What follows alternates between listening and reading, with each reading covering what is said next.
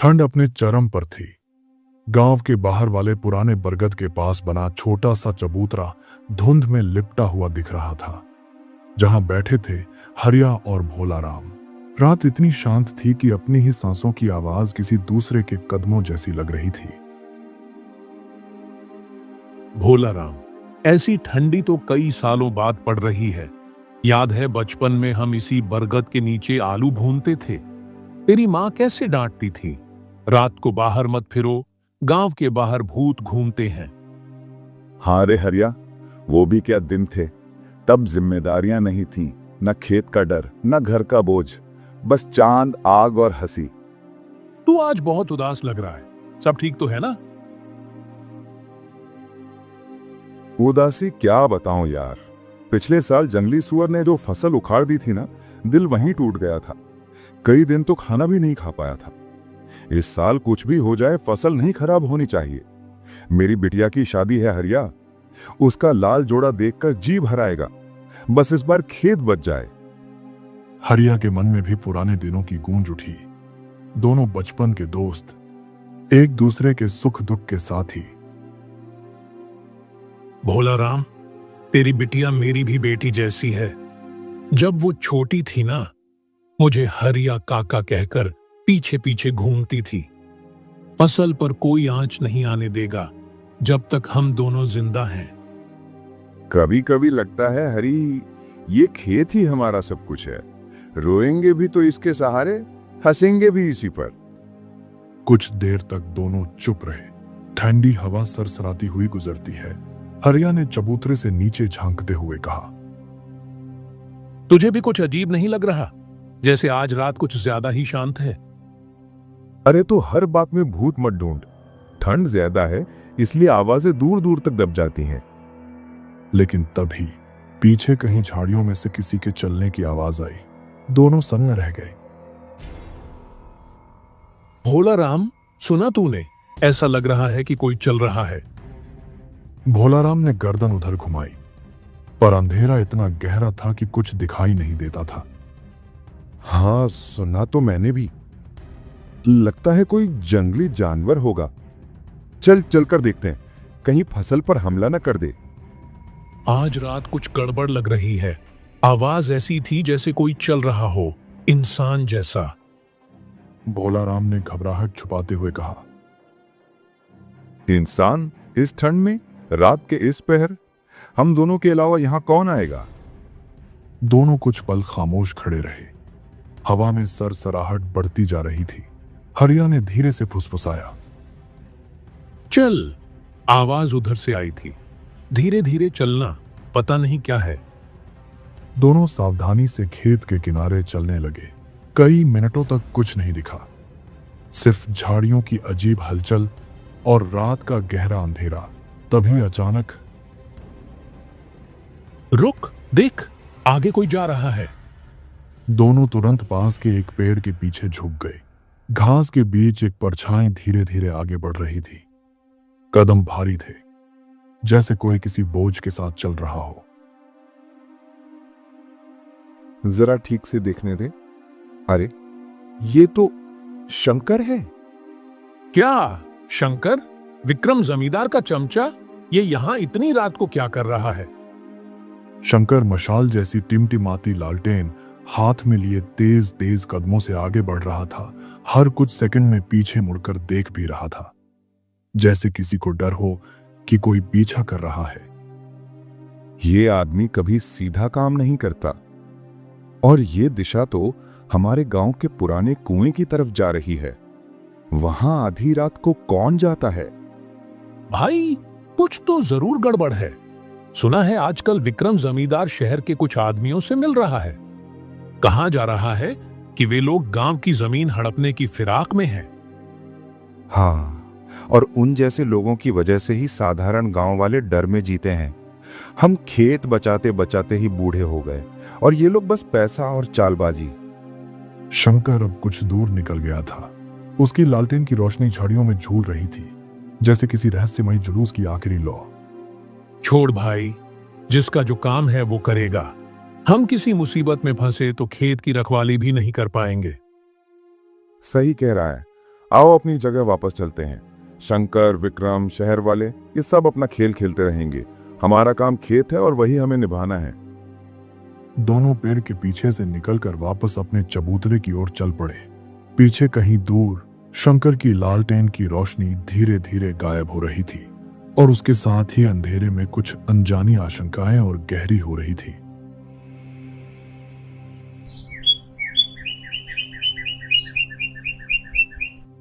सुबह की पहली किरणें गांव की कच्ची गलियों पर गिर रही थीं, मगर आज गांव में वह शांत माहौल नहीं था। हर तरफ हलचल, फुसफुसाहट और दहशत पसरी थी। कुत्ते भी बेचैन होकर इधर उधर भौंक रहे थे।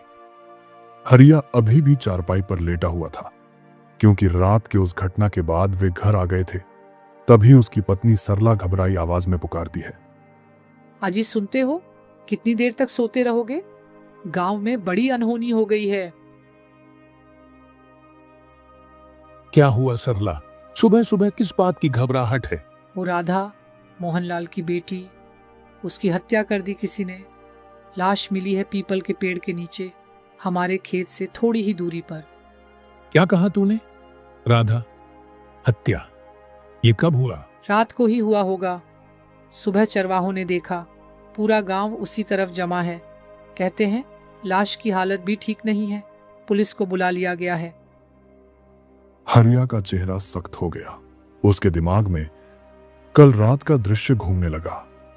शंकर का उसी दिशा में जाना, लालटेन की थरथराती रोशनी। कल रात हम दोनों ने शंकर को यहीं जाते देखा था। कहीं वही तो? वह घबराकर जल्दी जल्दी घर से निकलने लगते हैं।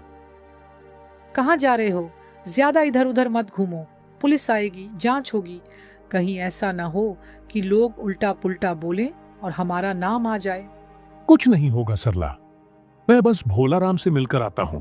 ये मामला बहुत गंभीर है। हरिया घर से बाहर निकल पड़ता है और सीधा भोलाराम के घर जाता है।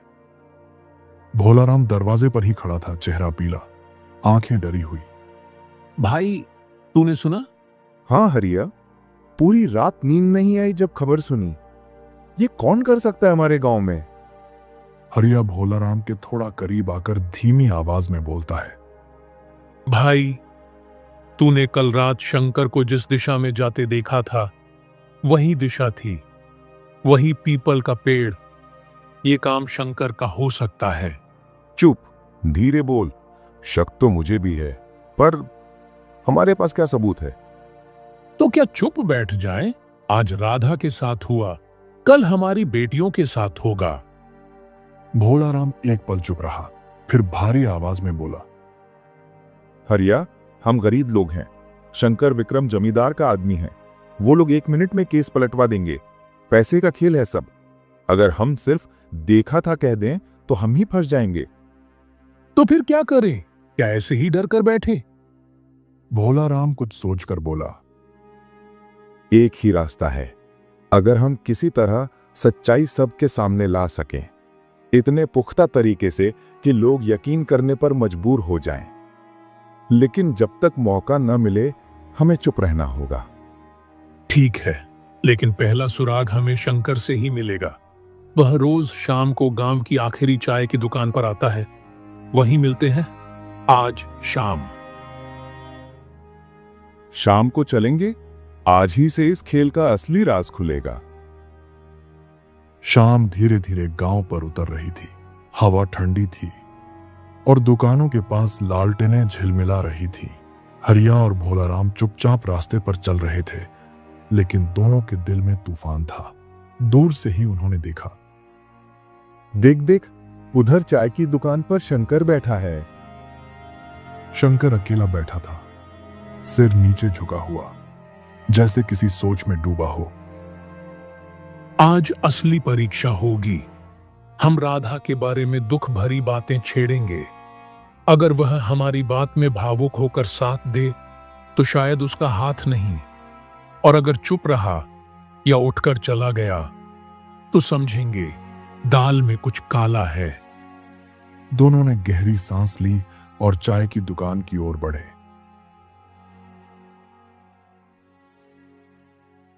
भाई साहब, 2 गर्मा गर्म चाय देना, ठंड बहुत है। हाँ हाँ, बैठ जाओ, अभी बनाता हूं। हरिया और भोलाराम बिल्कुल शंकर के पास वाली बेंच पर बैठ गए। शंकर ने उन्हें देखा तो सही, लेकिन कुछ बोला नहीं, बस अपनी नजरें दूसरी तरफ फेर लीं। हरिया ने बातचीत शुरू की, आवाज जानबूझकर ऊंची रखी। अरे भोलाराम, बेचारी राधा की कितनी दुख भरी कहानी थी। जब पैदा भी नहीं हुई थी तब उसके पिता गुजर गए थे। 5 साल की हुई तो मां भी चली गई।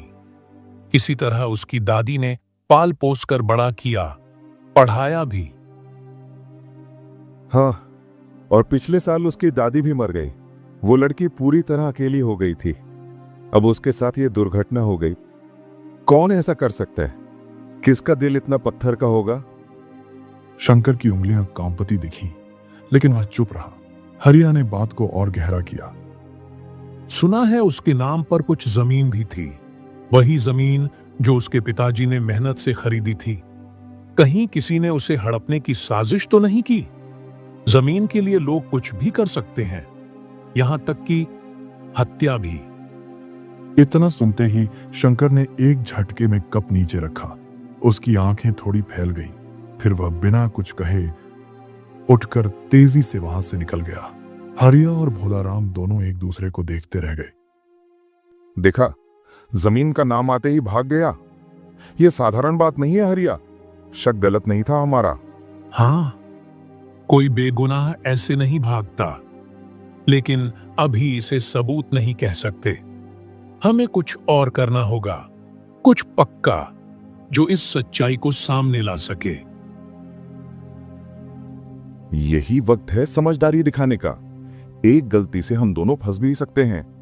लेकिन अब साफ है, मामला जमीन का है और शंकर उसमें गहरे शामिल है। ठीक है, अब हमें अगले कदम की योजना बनानी होगी, क्योंकि राधा को इंसाफ दिलाना जरूरी है और सच सामने लाना ही पड़ेगा, जो भी कीमत हो। इधर शंकर तेज तेज कदमों से विक्रम जमींदार के बड़े हवेलीनुमा घर में घुसा। हवेली के अंदर अंधेरा था। सिर्फ एक लालटेन की रोशनी दीवारों पर टेढ़ी मेढ़ी परछाइयां बना रही थी। सेठ जी, अभी अभी चाय की दुकान से आया हूं। वहां लोगों के बीच बातें हो रही थी। सबका कहना है कि राधा का मामला जमीन को लेकर है। मुझे शक है सेठ जी, कहीं कोई सच्चाई तक न पहुंच जाए। कौन है गांव में जिसकी इतनी हिम्मत है कि मेरी की हुई बातों पर चर्चा करे? सेठ जी, वही हरिया और भोलाराम। और मुझे लग रहा है कि शायद कल रात उन्होंने मुझे देख लिया होगा। वो दोनों अक्सर अपने खेत में ही रात गुजारते हैं। विक्रम अचानक सीधा बैठ गया। उसके चेहरे पर चिंता की लकीरें उभर आईं। अगर उन्होंने देख लिया है तो मामला गड़बड़ हो सकता है। कुछ करना पड़ेगा। कुछ क्षण चुप्पी रही, फिर विक्रम की आवाज खतरनाक रूप से धीमी हो गई। तुम ऐसा करो शंकर, भोलाराम की बेटी को उठा लो। सुना है जल्द ही उसकी शादी है। उसे उठाओगे तो वे दोनों जुबान खोलने से पहले 100 बार सोचेंगे। बोलती हमेशा के लिए बंद हो जाएगी। पर सेठ जी, उससे उठाने से क्या होगा? क्या करेंगे उसके साथ? धंधा करूंगा, अपने कारोबार में उसका इस्तेमाल करूंगा। तुम्हें इतना जानने की जरूरत नहीं है, बस काम करो। आज की रात सोनिया गायब हो जानी चाहिए। ठीक है मालिक, आप जैसा कहें, आज रात ही उसे उठा लूंगा। वह जल्दी से झुककर विक्रम को प्रणाम करता है और हवेली से निकल जाता है। रास्ते में रात और भी गहरी हो चुकी थी। हवा से पेड़ों की टहनियां ऐसे हिल रही थी मानो कोई फुसफुसा रहा हो। शंकर तेज कदमों से चल रहा था, लेकिन दिल में डर और बेचैनी थी। सेठ के मन में क्या चल रहा है? पहले राधा को खत्म करने कहा, अब भोलाराम की बेटी सोना को उठाने को कह दिया। ये सब आखिर क्यों? किस धंधे में डाल रहा है मुझे? अचानक पीछे से टूटती टहनी की आवाज। शंकर एकदम रुक गया। हवा अचानक ठंडी हो गई। कौन है वहां? अंधेरे में कोई नहीं दिखता, लेकिन हल्की सी परछाई झाड़ियों के पीछे हिलती है। बाहर आओ। कौन है? कोई जवाब नहीं, बस हवा में एक अजीब सी फुसफुसाहट, जैसे कोई बहुत पास खड़ा हो। शंकर का गला सूख गया। अगर कोई मजाक कर रहा है तो बुरा होगा। मैं सेठ विक्रम का आदमी हूं। तभी राधा की धुंधली लेकिन साफ पहचान वाली आकृति उसके सामने खड़ी थी। राधा, तुम कैसे? तुमको तो मैं मार चुका हूं। हाँ शंकर, तुमने मेरी हत्या की थी, पर मेरी आत्मा को चैन नहीं मिलेगा जब तक मैं तुम्हें और विक्रम को खत्म न कर दूं। नहीं राधा, मुझे माफ कर दो। मैंने बहुत बड़ी गलती की। मैं सिर्फ विक्रम के कहने पर। जब मैं हाथ जोड़कर तुम्हें जीने की भीख मांग रही थी तब तुम्हें दया नहीं आई थी शंकर। आज तुम्हारी बारी है। राधा नहीं, मुझे छोड़ दो। मैं लेकिन वाक्य पूरा होने से पहले राधा की आत्मा एक ठंडी हवा की तरह उसके चारों ओर घूमी और अचानक एक चीख गूंजी और शंकर का शरीर जमीन पर गिर पड़ा।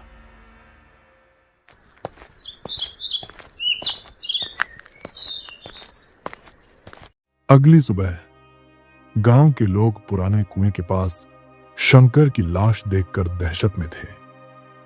किसी को समझ नहीं आ रहा था कि यह सब इंसान का काम है या किसी अदृश्य ताकत का। शाम के वक्त चाय की दुकान पर हरिया और भोला राम दोनों बैठकर धीमी आवाज में बातें कर रहे थे। हमने तो सोचा था राधा की मौत में शंकर का हाथ है, लेकिन अब वो भी नहीं रहा। आखिर ये सब कर कौन रहा है? भाई, ये मुझे विक्रम की नई साजिश लगती है ताकि कोई उसकी सच्चाई तक ना पहुंचे। हो सकता है उसने ही शंकर को खत्म करवाया हो। लेकिन हम क्या कर सकते हैं? विक्रम जैसे जालिम लोग किसी भी हद तक जा सकते हैं। अगर उसे पता चल गया कि हम सच पता लगाने की कोशिश कर रहे हैं तो हमें भी खत्म कर देगा। नहीं भाई, हम बातों को यहीं खत्म कर देते हैं।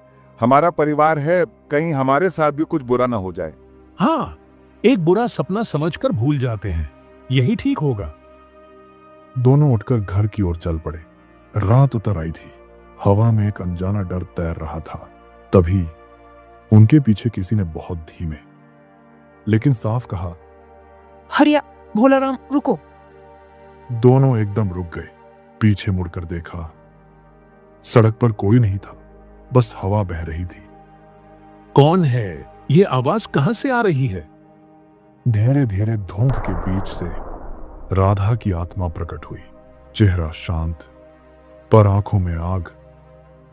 काका, मैं राधा हूं। मुझे विक्रम और शंकर ने मिलकर मार डाला था, मेरी जमीन हड़पने के लिए। भोलाराम की आंखों में सदमा और गुस्सा दोनों आ गए। हरिया, हमारा शक सच निकला। ये सब विक्रम की ही साजिश थी। वो दुष्ट, वो राक्षस। शंकर को मैंने खत्म कर दिया है, अब सिर्फ विक्रम बचा है। जब तक उसे मिटा न दूं, मेरी आत्मा को चैन नहीं मिलेगा। पर बेटी, तुम चाहती क्या हो हमसे? मैं उसे घर के अंदर या दिन के समय नहीं मार सकती। उसकी ताकतें और घर की तांत्रिक रक्षा मुझे रोकती हैं। तुम दोनों को उसे किसी भी तरह बाहर निकालना होगा। ये कैसे करेंगे हम? हम तो साधारण किसान हैं। नहीं भाई, ये हमें करना होगा। ये हमारे गांव का सवाल है, हमारी बेटियों का सवाल है। आज राधा के साथ हुआ, कल किसी और राधा के साथ भी हो सकता है। इन जैसे राक्षसों के लिए कोई जगह नहीं है। ठीक है, हम तैयार हैं। चल भोलाराम। विक्रम की हवेली के बाहर दोनों जोर जोर से चिल्लाने लगे। विक्रम, बाहर आ, बाहर आ, तुझे काम है। विक्रम, निकल बाहर। अंदर से गुस्से में चिल्लाहट आई। कौन कमीने हैं जो मुझे इस तरह पुकार रहे हैं? वह गुस्से में दरवाजा खोलकर बाहर आया। उसके चेहरे पर तिरस्कार साफ था। तुम दो भिखारी, हिम्मत कैसी हुई मेरी नींद खराब करने की? ज्यादा बोलोगे तो? तभी हवा रुक गई। रात एकदम शांत और फिर राधा की आत्मा सामने प्रकट हुई। विक्रम का चेहरा पीला पड़ गया। राधा, ये कैसे? तुम तो मर चुकी हो। हाँ विक्रम, मैं मर चुकी हूं, पर मेरी आत्मा को चैन नहीं मिलेगा जब तक तू मर न जाए। नहीं नहीं राधा, मैं सब छोड़ दूंगा, अपना हर गलत काम। बस मुझे एक मौका दे दो। जब मैं तुम्हारे सामने जिंदगी की भीख मांग रही थी, तब तुमने मुझे एक मौका भी नहीं दिया था। आज तुझे भी कोई मौका नहीं मिलेगा। नहीं, मत आना, मुझे छोड़ दो। लेकिन आत्मा हवा की तरह उसके अंदर समा गई। विक्रम का शरीर कांपने लगा, आंखें उलट गईं और फिर वह जमीन पर धड़ाम से गिर पड़ा, निर्जीव। रात में एक अजीब शांत छा गया। बेटी, अब तो तुम्हें चैन मिलेगा ना? काका, अब मुझे शांति मिलेगी, पर याद रखना, अन्याय के सामने चुप रहना भी पाप है। अगर तुम दोनों ने हिम्मत ना दिखाई होती तो ये गांव हमेशा अंधेरे में रहता। बेटी, तुम्हारे साथ जो हुआ वो किसी के साथ ना हो। हम वादा करते हैं गांव को ऐसा कभी नहीं होने देंगे। राधा की आत्मा धीरे धीरे धुंध में बदलने लगी। अब मैं जा रही हूं काका, मेरी आत्मा को आज सच्ची मुक्ति मिली है। धीरे धीरे वह प्रकाश में बदलती गई और पूर्णतः गायब हो गई। हरिया और भोलाराम वहीं खड़े रहे, मन में डर नहीं बल्कि एक गहरी सीख लिए।